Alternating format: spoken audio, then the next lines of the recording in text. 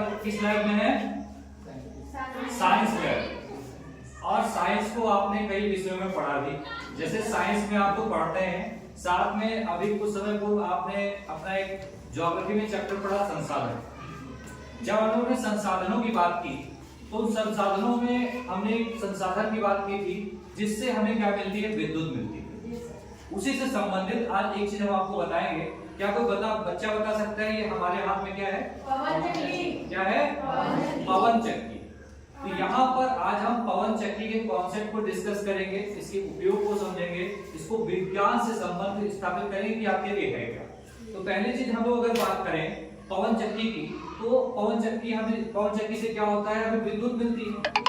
तो यहाँ पर विद्युत के बहुत सारे ऑप्शन हैं जिससे हमें एनर्जी मिलती है। जैसे कि बात करें तो ज्वाली ऊर्जा होती है, उसके अलावा कोयला जलाकर भी हमें ऊर्जा प्राप्त होती है, जल से भी ऊर्जा प्राप्त होती है, गैस से भी ऊर्जा प्राप्त होती है और सोलर से भी हमें ऊर्जा प्राप्त होती है। तो उसी तरीके से एक ये क्या है? इसे बोलते हैं पवन चक्की। पवन मतलब क्या? हवा। मतलब हवा से हमें क्या होता है? ऊर्जा प्राप्त होती है।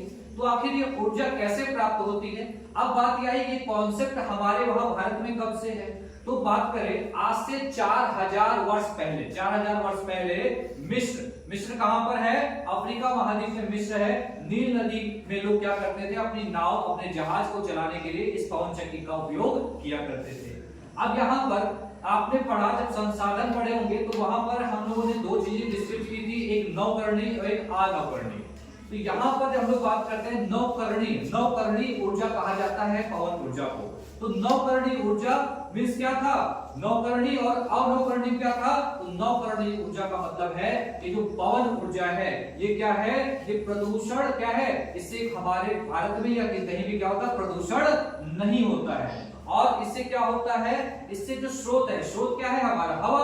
और हवा को आप कितना भी उपयोग करो हवा कभी खत्म नहीं होती। वही इसके अपोजिट हमने अनवकरणीय पढ़ा था, तो उसमें क्या था कि अगर जैसे कोयले को आप जलाओगे तो कोयला खत्म हो रहा है, पेट्रोल को जलाओगे तो पेट्रोल खत्म हो रहा है और पर्यावरण को नुकसान भी पहुंचा रहा है। लेकिन यहाँ पर ये हमारे पर्यावरण को नुकसान भी नहीं पहुंचाता और इसकी जितनी भी आप उसका उपयोग करो ये खत्म भी नहीं होता। पवन ऊर्जा की बात करें तो पवन ऊर्जा एक कैसी है? ये गतिज ऊर्जा है और यह क्या करती है?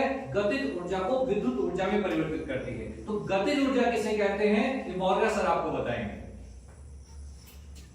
ठीक है, जैसा कि अभी सर ने बता दिया आप लोगों को कि गतिज ऊर्जा कैसी होती है ना, कि गतिज ऊर्जा क्या है। और इससे पहले आप सभी लोगों ने अच्छे से अध्ययन किया है कि ऊर्जा किसे कहते हैं, है ना।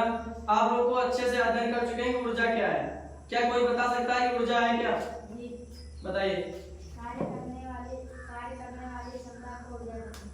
कार्य करने की क्षमता को ऊर्जा कहते हैं। और आपने रसायन विज्ञान में एक चीज और भी पढ़ी है कि ऊर्जा को ना तो बनाया जा सकता है और ना ही नष्ट किया जा सकता है। केवल ऊर्जा का क्या कर सकते हैं कि एक रूप से उसको दूसरे रूप में परिवर्तित कर सकते हैं। यही तो पढ़ाया गया है, ठीक। और उसके बाद बता दें कि जैसे कि जो हमारी वायु की पवन चक्की है, तो पवन चक्की में वायु गति करने से यानी कि गतिज ऊर्जा को स्थितिज ऊर्जा में बदल देती है पवन चक्की। अब गतिज ऊर्जा क्या है कि गतिज ऊर्जा वह है कि जो आपकी जो एयर फ्लो कर रही है, जो वायु है वो बहती है, बहने के साथ जो इसमें पर लगे होते हैं, जो पंखे होते हैं, इन पंखों को टकरा करके यानी गति के माध्यम से टकराती है। फिर इन पंखों को राउंड, पंखे जो है अपना राउंड कर देते हैं। राउंड करने से इसमें मोटर लगा होता है, जो कि मोटर क्या करता है? उस गतिज ऊर्जा को एक विद्युत ऊर्जा में वह बदल देता है। जैसा कि यहाँ देख सकते हैं, देखिए जैसे कि आपके पंखा है, अब ये क्या है? टावर काफी 100-200 फुट ऊंचाई पे लगाया जाता है, इसमें फैन होता है और मोस्टली ये ऐसी जगहों पे लगाया जाता है जहां पर हवाएं ज्यादा आती हैं। ये मुख्य रूप से पहाड़ी क्षेत्रों में या समुद्र के किनारे जहां हवा का वेग ज्यादा होता है।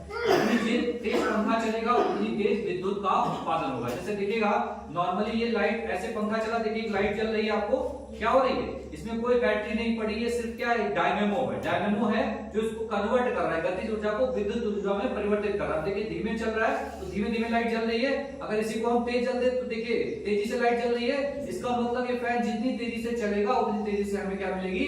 लाइट मिलेगी। इसीलिए ऐसे टावर मोस्टली वहां पर लगाए जाते हैं जहां पर हवाएं अधिक चलती हैं। साथ ही में वर्मा सर बताएंगे कि आप इसका क्या क्या क्या इसके उपयोग है इस पवन ऊर्जा के, पवन चक्की के।